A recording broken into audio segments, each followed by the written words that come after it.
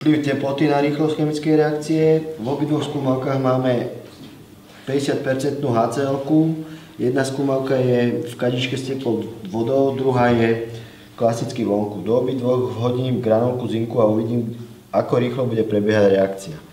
Takže porovnanie.